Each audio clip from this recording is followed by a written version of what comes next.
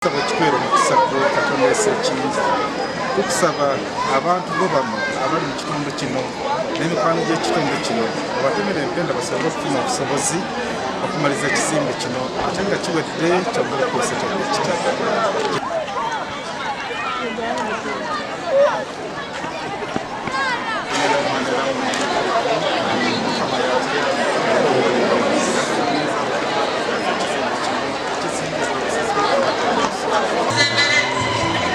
Swaze balabe baffe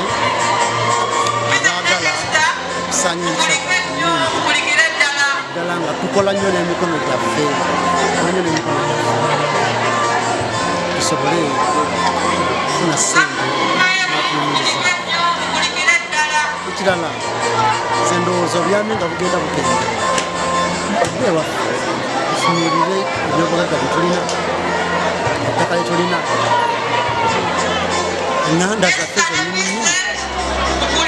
embeera y'obudde ennungi tulina tuddeyo byalo byaffe tukole. Essente ematiza siyo gye bakuwa obulungi, essente ematiza gye weekolere n'emikono gyo ona nga akuyambi n'ekifuna. Essente ematiza te essente n'essente. So ojja kubaagaliza emikisa gya Katonda naddala olwaleero nga tugaguza emyaka etaano, emyaka emirala egiddako tubeerere mukisa nnyo nga gaddeddaano olukiiko ekyokubiri njagala okwebaza abaana enzaala ate abakomyewo famire ya Katto Entena ne famire ya Ssenyonga njagala okwebaza mwebale kwagala kigo kyo.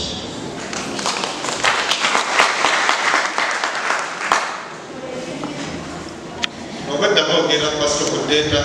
ddeeta bamwiza olowooza oba kika kya mmere kyekyo endebera ofiisi omulimu gwange mu ssaza lino nze nnyambako omusumba ku mirimu gyonna egikolebwa mu parishes ne mu ssaza ng'ogyeko ebyokuzimba n'ebyensimbi emirimu gyonna egikolebwa mu ssaza egikolwa mu parishes ng'ogyeko ekyo nze ndivunaanyizibwako. Kale nabo njagala okuddamu ekibuuzo okusaba mwannyinaze omukasabye ne Fatuma agenze naga nti Father Walisiiti Katonda amuzimbire ennyumba waggulu eyo. Mu ssaza lyaffe lino ng'omukulu tumuyambako okuddukanya essaza lino naddala ku mirimu gy'obutume Father Walisiiti gy'akola eyo alina endowooza enera enkola eyo. Kati pulimya yatandise ekisaawe kimwekolebwa abantu bameka bangi 11 bwe batuukira okujjamu balaba tokyateema oba tokyasobola kale nno oba tokyasobola kwokyatuula ne bateese nakanti katonda mujjemu tutekemu era ne bawanika n'ovaayo. Bw'oba okyateema okyalina focus tedda ajjayo okulonda era nga bebagambye mu ssaza lino byonna bibikwa mu nze lwabya Mukama wa Lugazi Diocese nze ntwala ebyokulonda byonna mu ssaza parishes zonna eziri mu ssaza. Mbasaba nga neegayirira mwenyigire mu kulonda kulembeze namwe abaliba mubeereyo bwe tutabeereyo kulondebwa era tutanyigire mu kulembeze ekkumu lino lyendaba mu Nnabinya lijja kuleka ekiseera ffe olw'okuba tetulina bakulembeze balina focus. Basaba twenyigire mu kulembeze bwe tuneenyigira mu kulembeze tufuna abantu abalungi ekigo kyaffe kijja genda maaso. Ffe bafaada tubeera mu bigo tuyamba buyambi ne tubaako kye tukoza ate ne tuvaawo naye ate muli bataka ffe tubayamba buyambi. Father Walisiiti abayamba buyambi okuzimba ennyumba eyo eyinza n'okuba yagaggwa ne bamugjamu n'ategeezekaddemu. Nze nkolera senta mulina emyaka 5 senta alina emyaka 6 natuuka esenta n'eriwo eddalo n'etandika okusimba kirisa eyisanta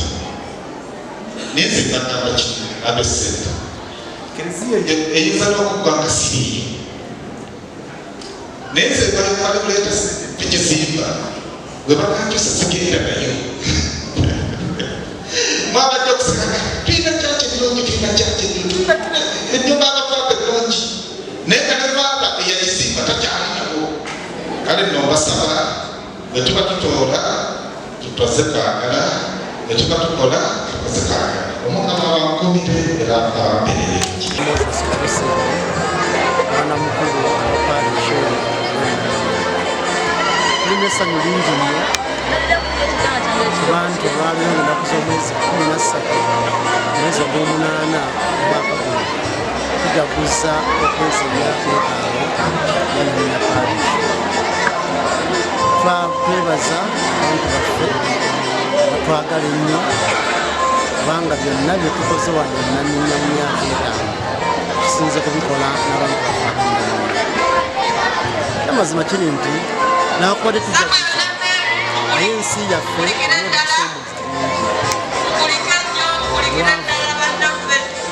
ate n'empisa kuba nti abantu abakosa empisa zaffe ngabatulingiriddemu olutiro kati abazungu batugyeko obuyambi okuba nti twaganye okukkiriza ebisi yagamba abantu